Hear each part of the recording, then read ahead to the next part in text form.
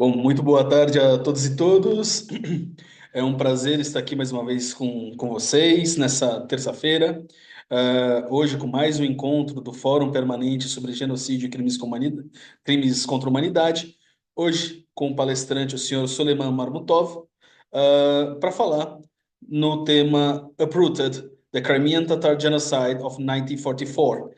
Ele é o responsável pela legislação ucraniana sobre os direitos dos povos indígenas. Foi eleito para o Fórum Permanente da ONU com a relação aos indígenas e ele sendo membro especialista desde 2022 e relator desde 2024.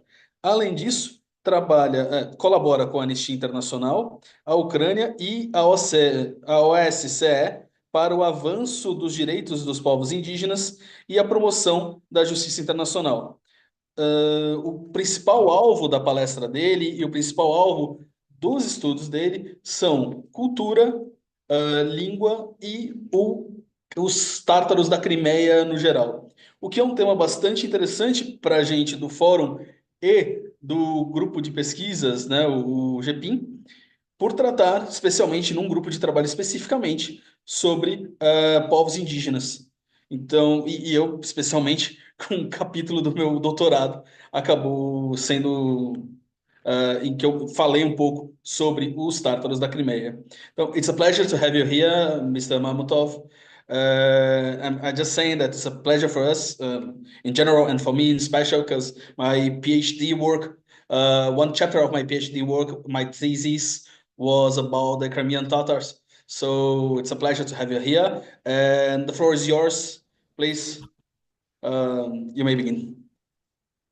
Um, Thank you so much for this kind of invitation. It's an honor to speak to you today, and hello everyone.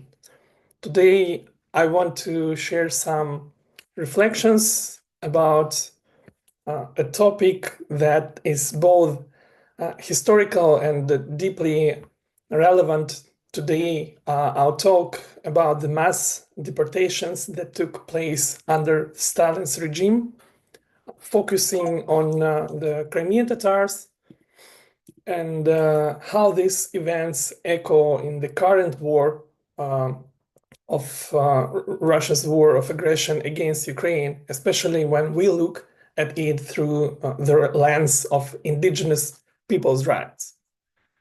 So, if you allow, let me start with a bit about myself. For more than 10 years, I've worked on the rights of indigenous peoples globally and nationally. I worked with also with international organizations on issues related to international humanitarian law, protection of civilians, displacement, and recently the mine action policy in Ukraine, because many lands are contaminated and it will take even like many decades to release them. In 2022, I was elected as an expert member to the UN Permanent Forum on Indigenous Issues I was elected by the UN Economic and Social Council. And I became, at that time, the first Crimean Tatar, or Kurumle, and the first person from Ukraine to join the forum in the capacity of expert member. The forum is the UN's, I could say, main advisory body on indigenous peoples. It comprises of 16 experts from 7 global regions. And every year, the forum holds a major session where indigenous voices from all over the world come together.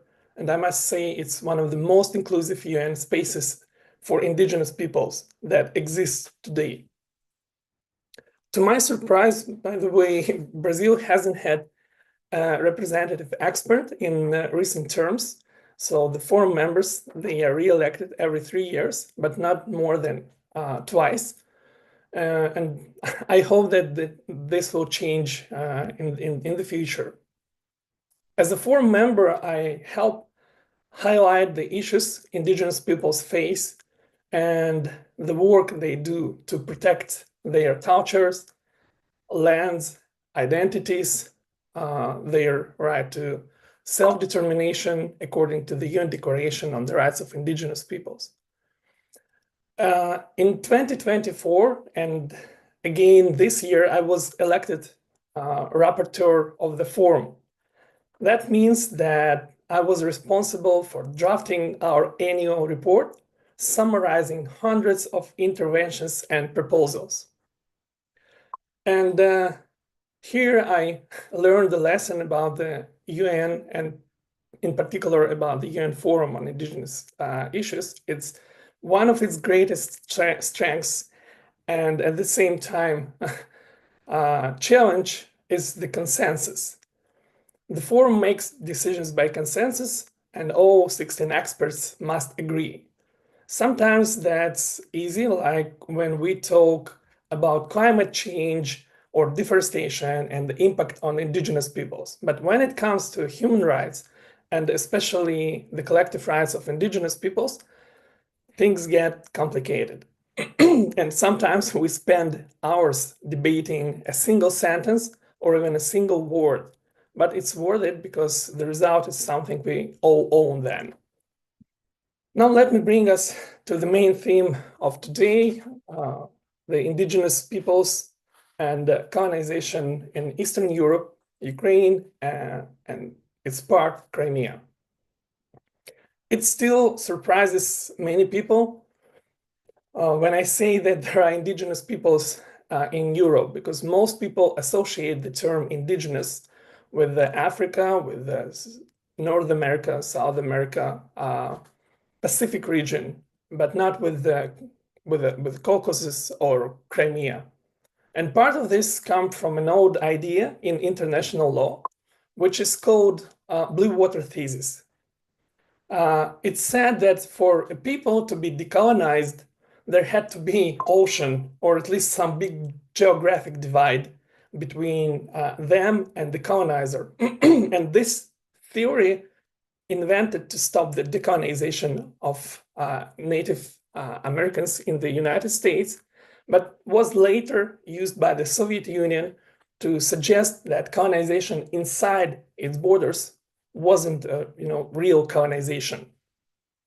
And the Russian and Soviet officials claimed their colonization of Central Asia, the Caucasus, and Crimea was somehow more civilized, less brutal than European colonization of Africa, for example.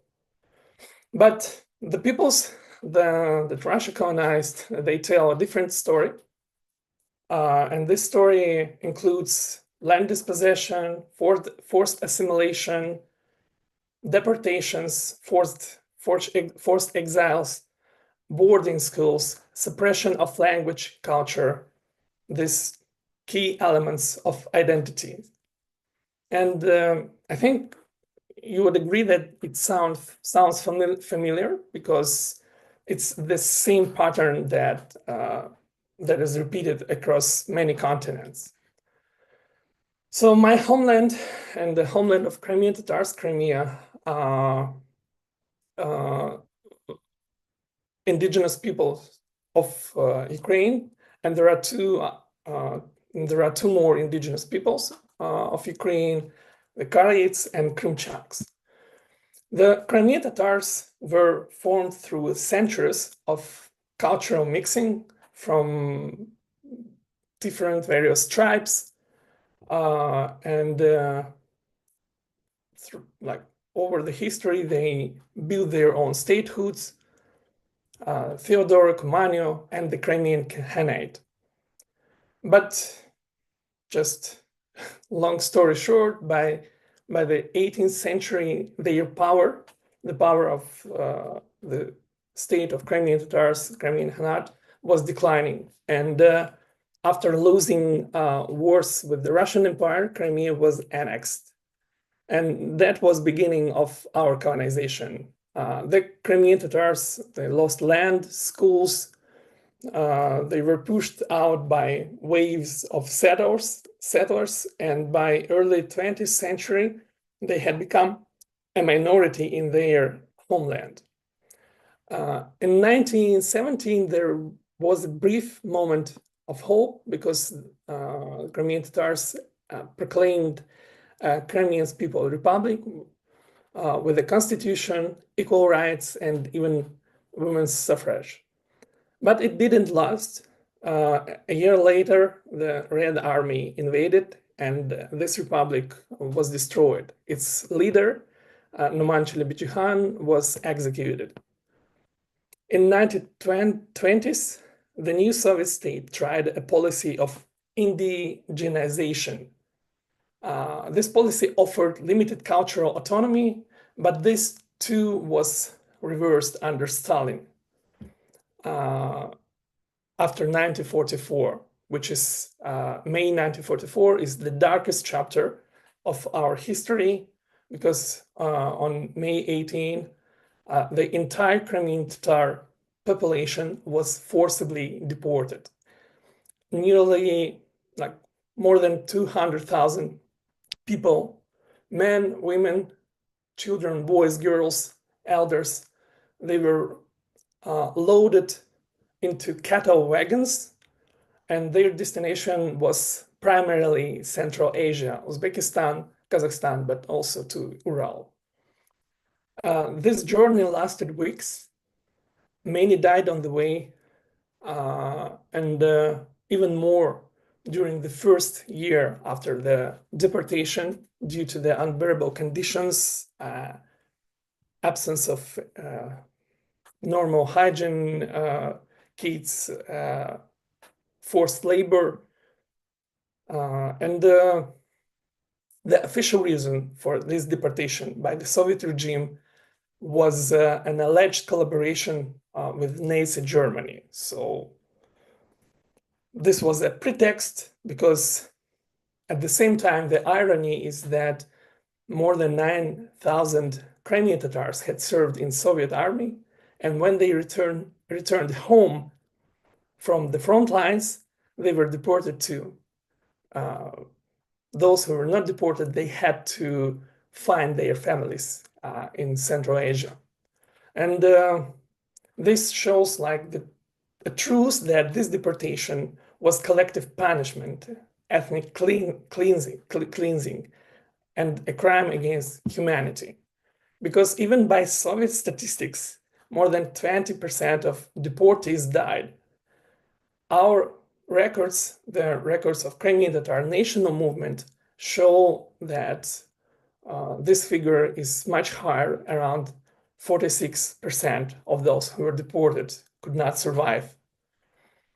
That's nearly half of people. And what makes it even more chilling is that for decades after, Crimean Tatars were not allowed to return.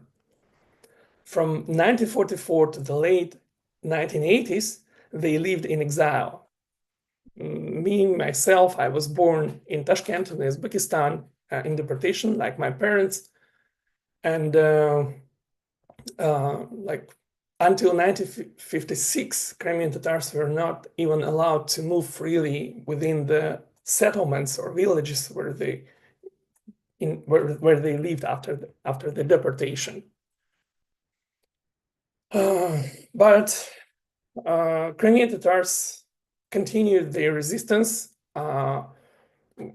We established our movement, one of the first civil rights movement in the Soviet Union, which was born in exile. It relied on several key principles. First, it was peaceful, and it was non-violent. Second interesting characteristic of this movement is that it covered the majority of people, and the main aim was to return to homeland. We also call this deportation as genocide. It was recognized as genocide by the parliaments of Ukraine, Czech Republic, Latvia, Lithuania, Estonia, Canada, and Poland, if I'm not mistaken. For us, this is a clear genocide because there was a clear intent and purpose of eliminating a particular group based solely on their ethnicity. After the USSR collapsed in 1991, Crimean Tatar began returning massively. By the mid-90s, about 250,000 returned. But there were challenges.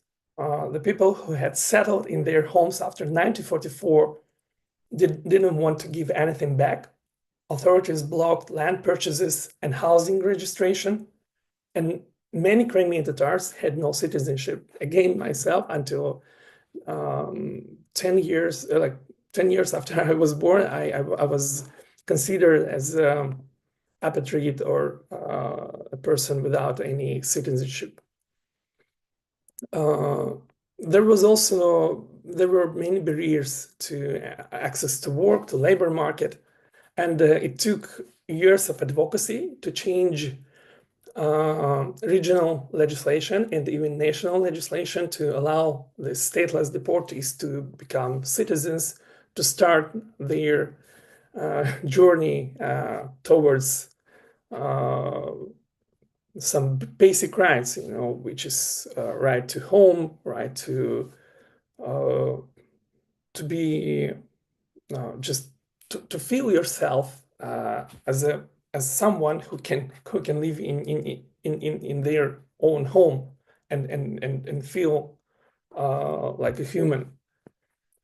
Despite all these challenges, we managed to rebuild our way of life. We managed to preserve our language.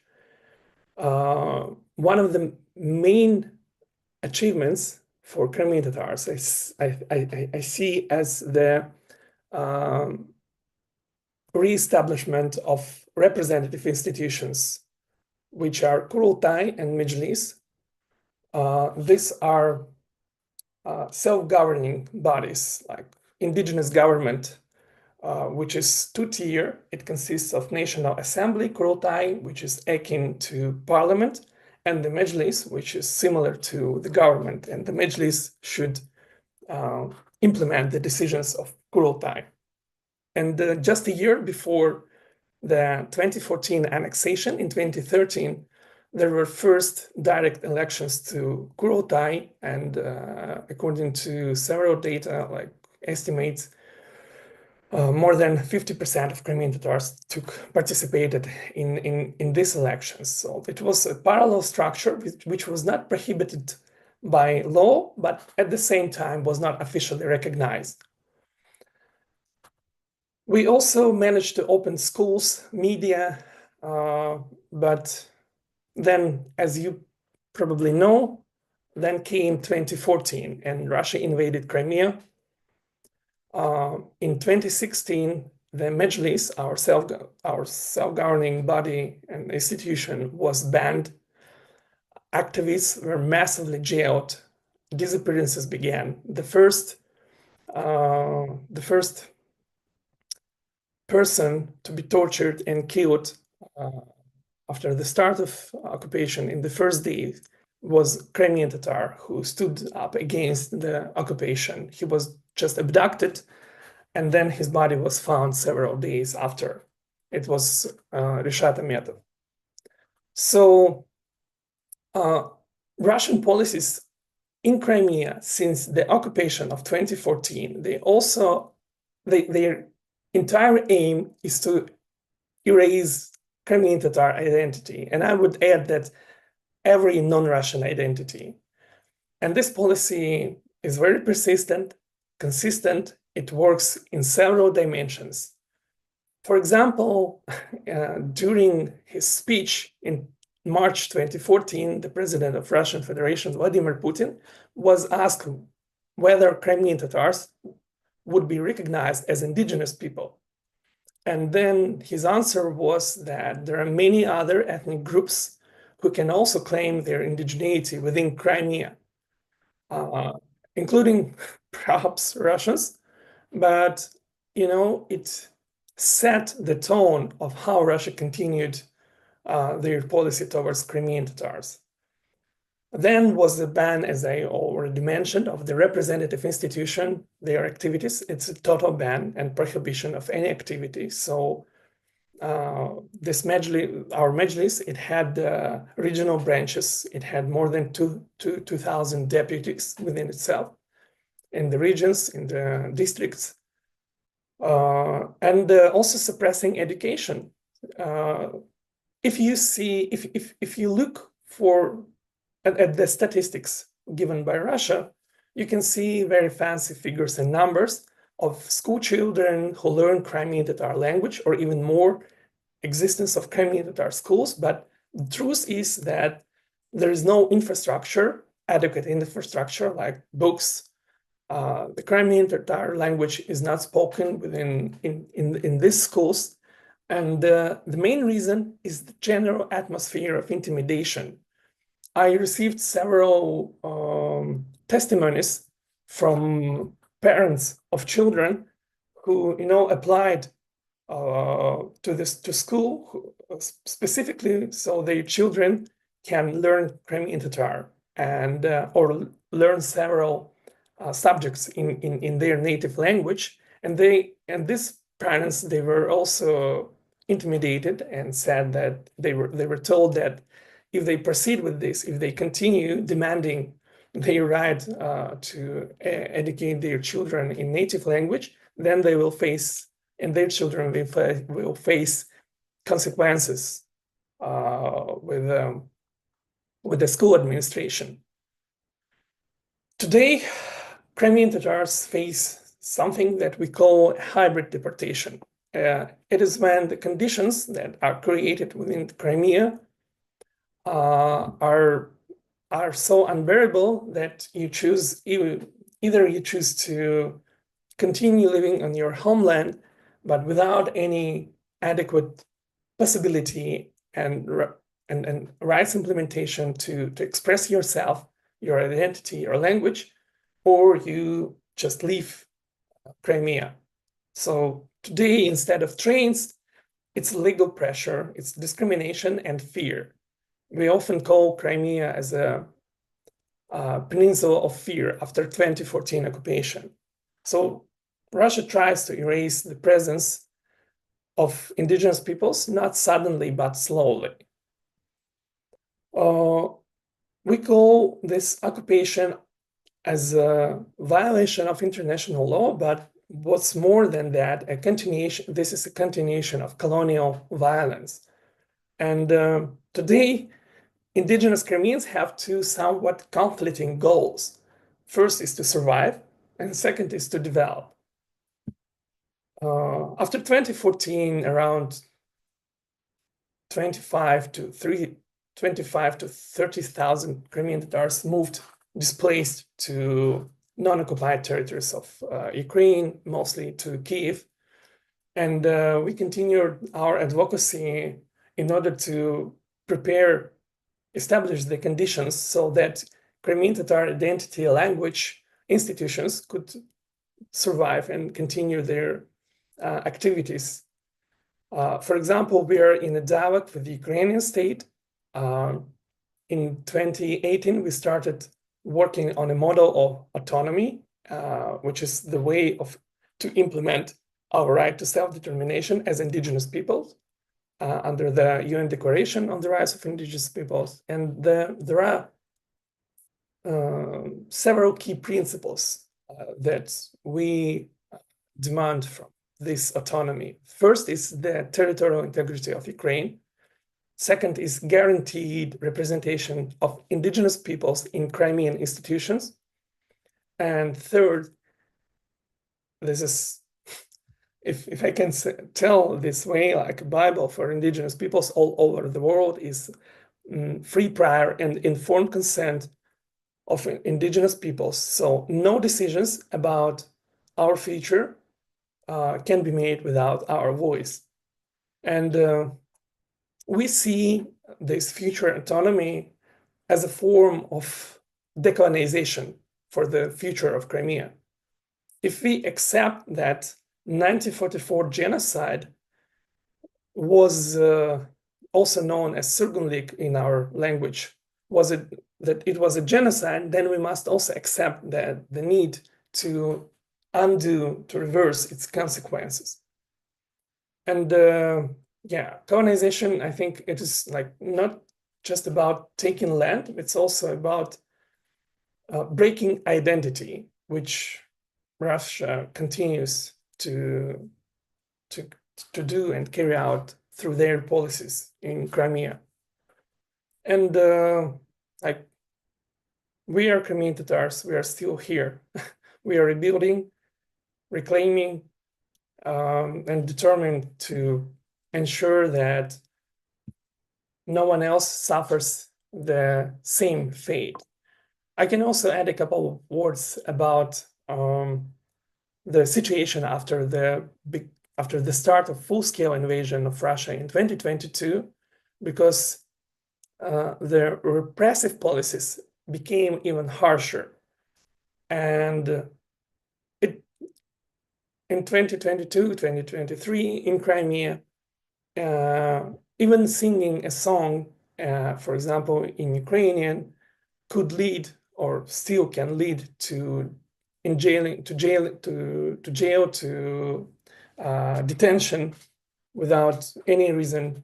I can also bring an interesting example of a Crimean Tatar newspaper that published the report of the United Nations Secretary General about the human rights situation in Crimea.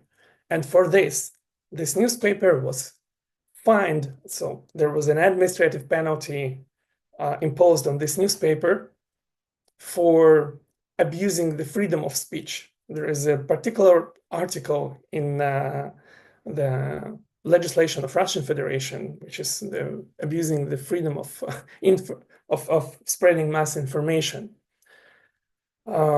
which means that the same way the UN Secretary General could also be fined because of the things and realities that he outlined in his report about the situation with human rights in Crimea.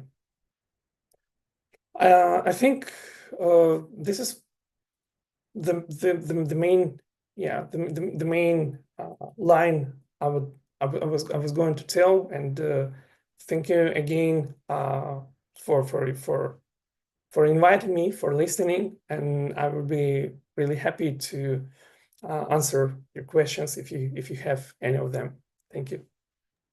Thank you, Mr. Mamutov. Actually, before opening for the audience, I would like to make some questions, because this is an important thing for me, and I've been researching about it a bit due to my PhD, which was not the main theme. However, it touched the Crimean Tatars issue, and I have some things that I would like to add and actually question you.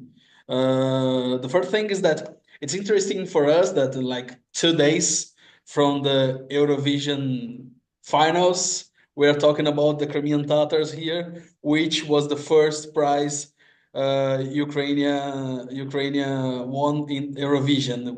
Isn't that so? 1944, the song from Jamala won I think 2018, 2016 Eurovision, which is a song that with poetry explains the ethnic cleansing that the Crimean Tatars suffered during the Stalin times.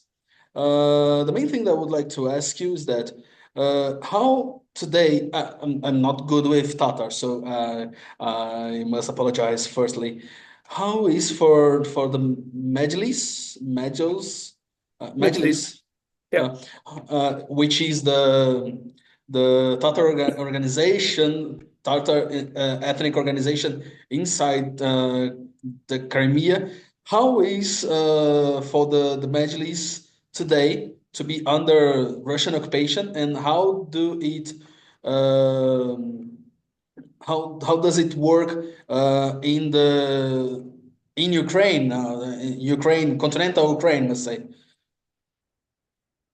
Thank you for your question. So yes, the key leadership of the Majlis, our indigenous government, moved to Kiev, to the uh, to the territory of Ukraine that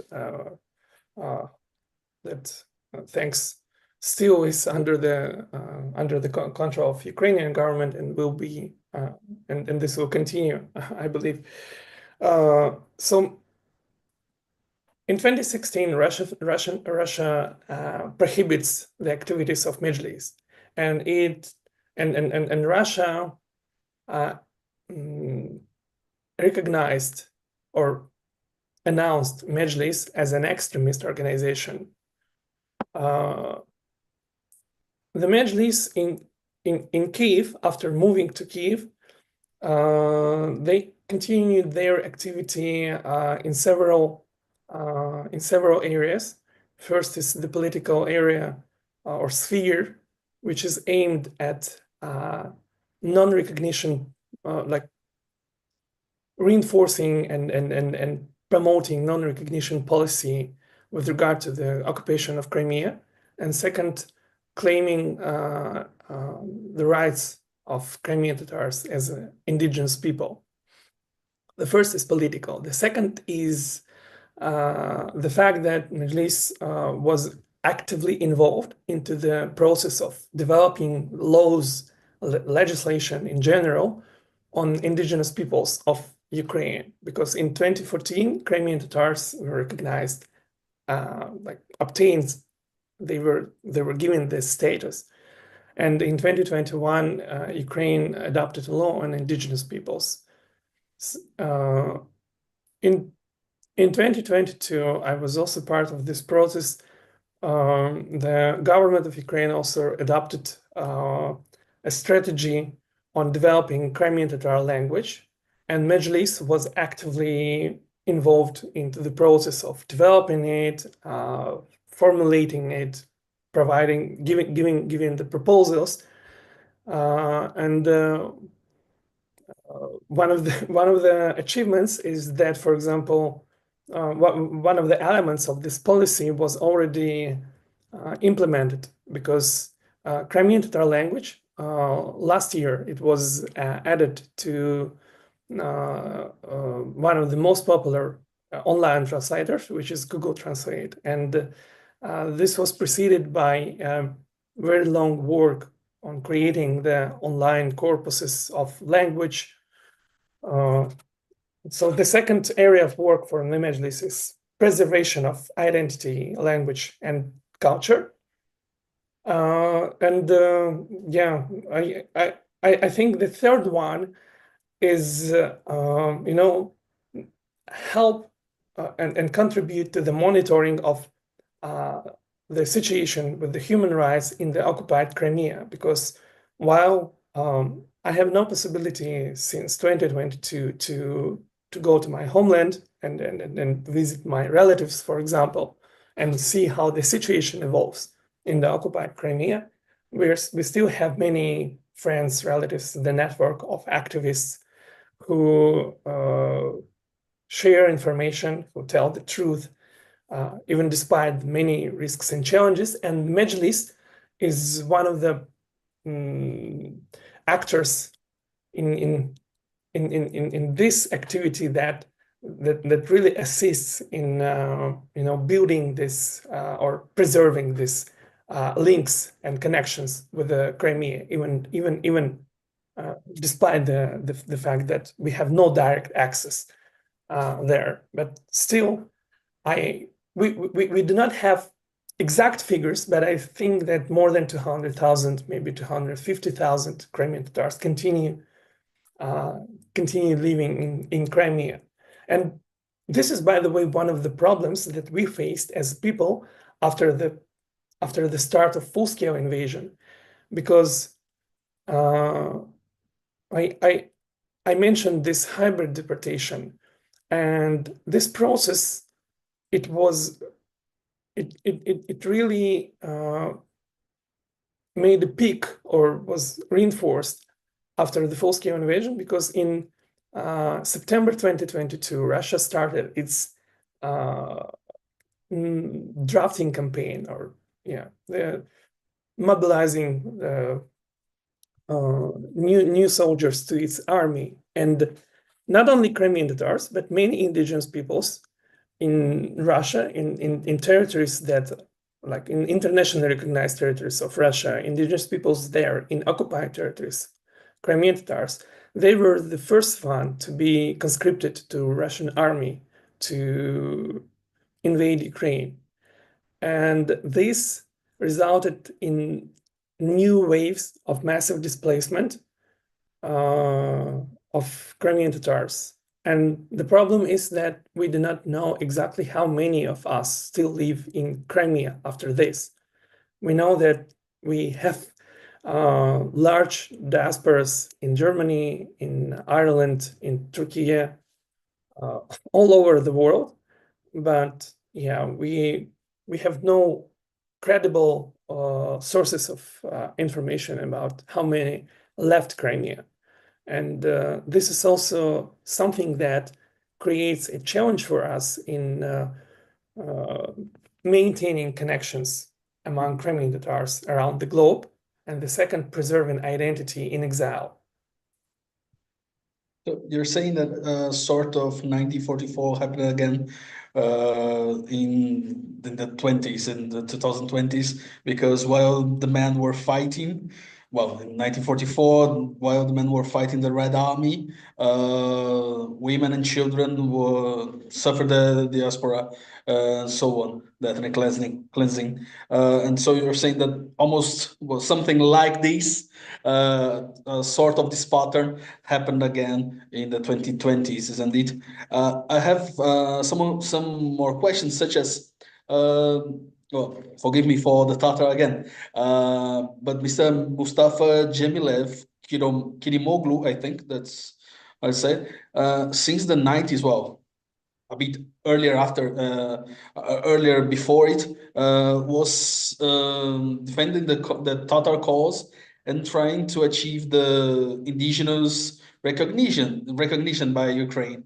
This recognition, however, as you said, juridically speaking, happened only after the annexation. Is there any reason why? And well, this for the moment, and then I have another question. Yeah. Thank you. That's a really great question, I think. So yeah, we have a very famous Crimean Tatar. His name is Mustafa Jemilev. He was a Soviet dissident, and he spent more than 20 years in prisons for publicly protecting our right to return to homeland after the deportation. And as I told, our national movement, our movement for return, it started like the next day after the deportation was carried out by Soviet regime. But yeah, Soviet authorities, they didn't want us to come back, to return, and there were a number of reasons why it was impossible. And those who fought, who struggled for return, who were most active, they spent many years in prisons just for voicing the aspirations of the entire people to come back to our land. And it became, such a kind of a dream for the whole generation. For example, for my parents, the main objective in their life was to return to Crimea, although they never seen it. Mustafa Jemilev was the leader of this movement for return. After we returned to Crimea, as I told, there were parallel structures which were not banned by Ukrainian authorities, but also they were not officially recognized. And I can accept that there were many challenges that we faced after our return to Crimea, and that Ukrainian state could solve in a more faster way could solve more efficiently. But the main thing that, there was a dialogue, a political process between our indigenous government, the Majlis, and the government of Ukraine. And there were several programs or policies for integration of Crimean Tatars after they returned to Crimean society, to Ukrainian society. Maybe I can criticize these policies for the lack of resources, but still there was some arrangement and there was some framework for us to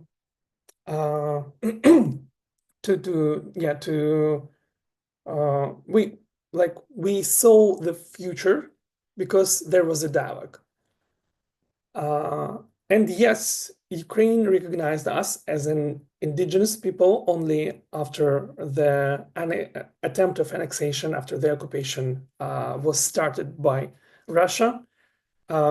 This may seem as truly realpolitik and political reasons, because Crimean Tatars massively opposed the occupation.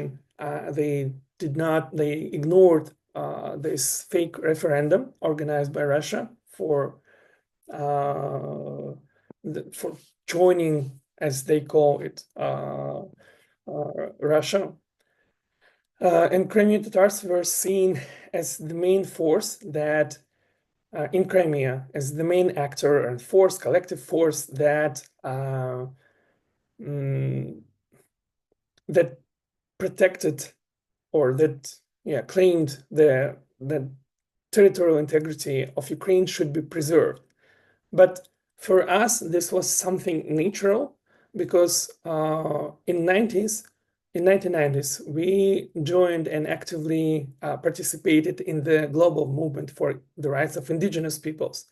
And the rights of indigenous peoples, they stem from the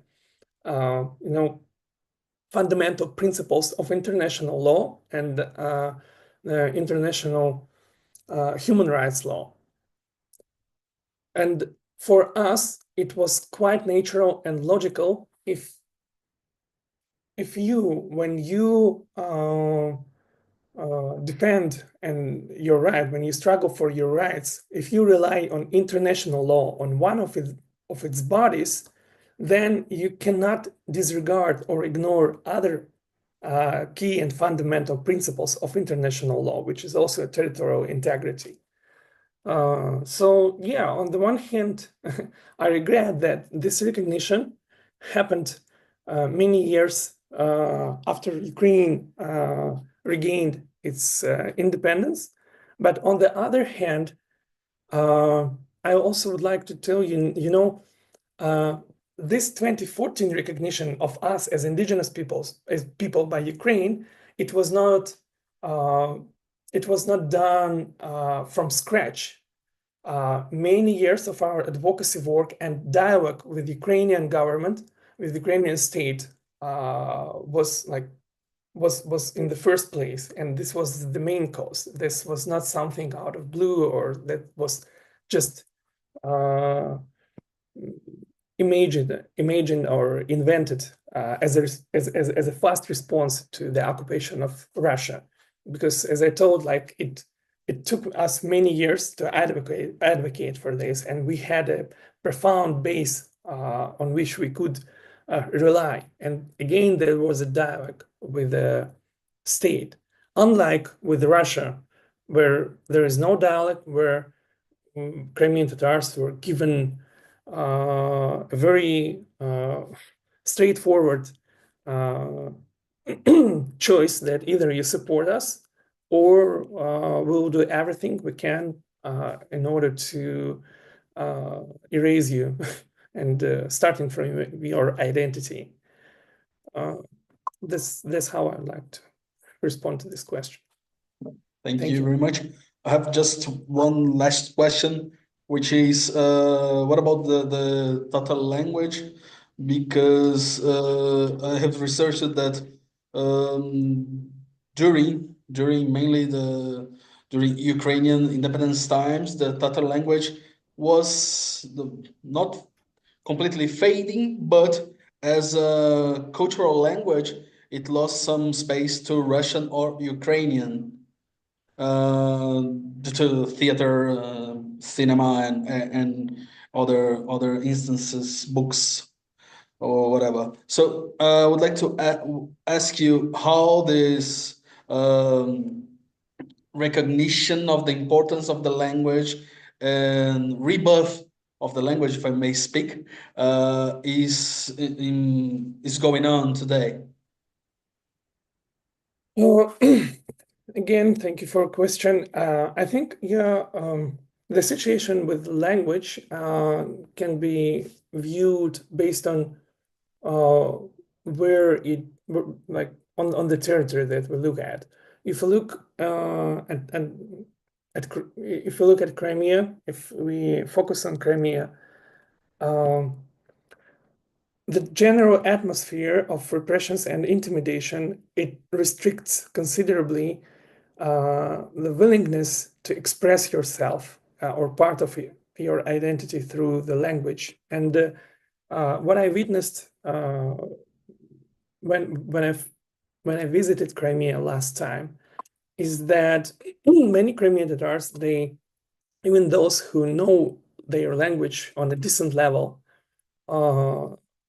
they, or when I spoke, for example, with children, tried to speak with children in native language, that I've seen that there is a pattern where, or behavioral pattern, where people started to afraid to speak in their language, and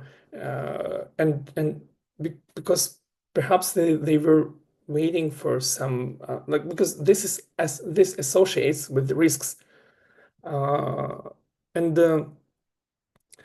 I went to one of the playgrounds in Akmesjid, which is also known as Simferopol, with my daughter in a district where Crimean Tatars predominantly live and inhabit this district. And I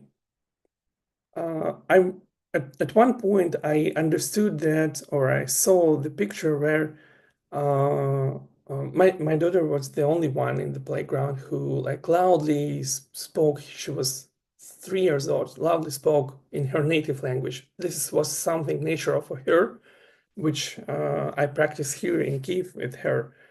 But for many my compatriots, for many Crimean Tatars, this was really something, strange and weird, because they, after the occupation, after several years of occupation, they didn't get used to the situation when you can freely use your language.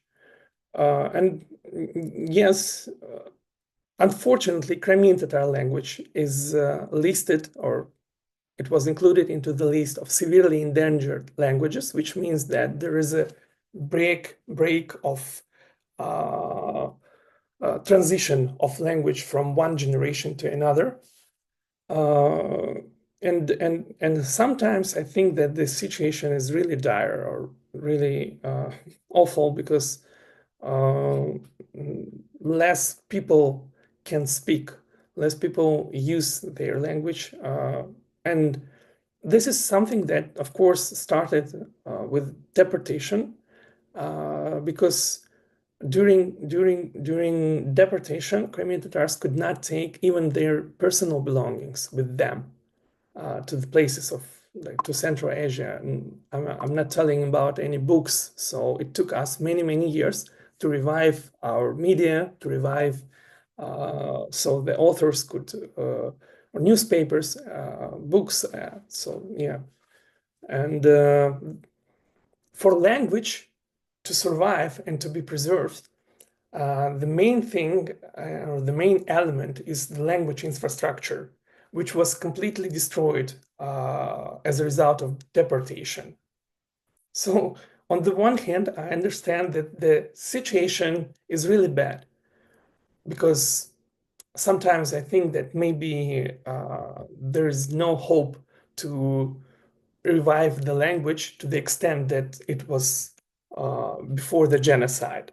On the other hand, I think that in these circumstances, the very fact that there are many Crimean Tatars like who can speak, that we have books, that we have preserved our even alphabet, that we have preserved our grammar, that we could uh, fix it in writing after the genocide.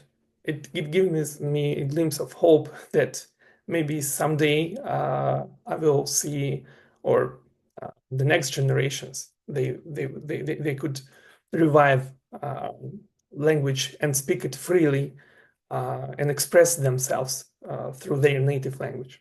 Thank you. Thank you very much for your kind answers. And I would like to apologize for monopolizing the questioning. We have some questions from our viewers. I have one here from Siddhartha Martins, and he's asking you if you think that with Ukraine regaining de jure control of Crimea, is there any potential of the Crimean Tatars of returning to the how can I say it, status quo ante, and revive their native structure and language, culture, and so on? Well, thanks for the question. I think that as long as occupation continues, we have no hopes for adequate revival of our identity, of our language, of our culture. But maybe we'll still, maybe we will be able to manage, we will manage to preserve it at some level.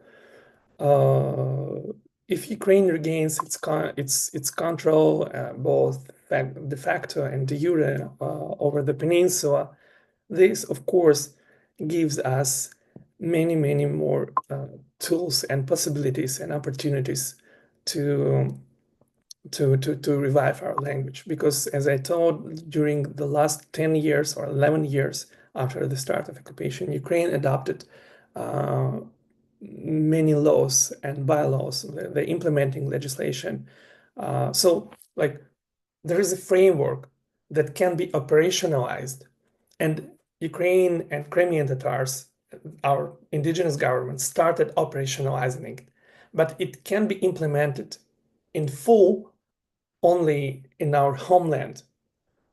So yes, I believe that the precondition for our normal development and even existence as people is liberation of Crimea. At the same time, I understand that there is a discourse, of many people. They do not believe that Crimea will ever be liberated and that Russia will cease its occupation.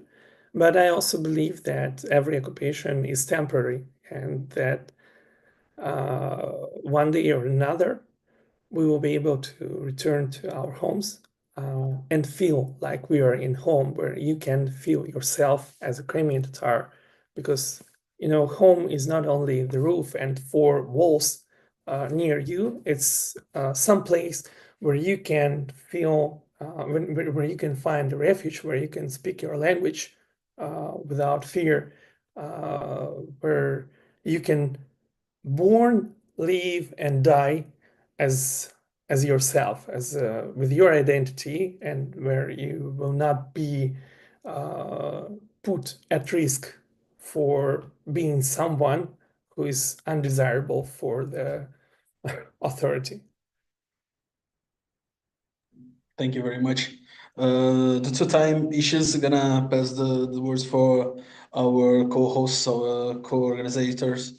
Professor Paulo Casala, if you have any words, please, to share. Thank you, Felipe.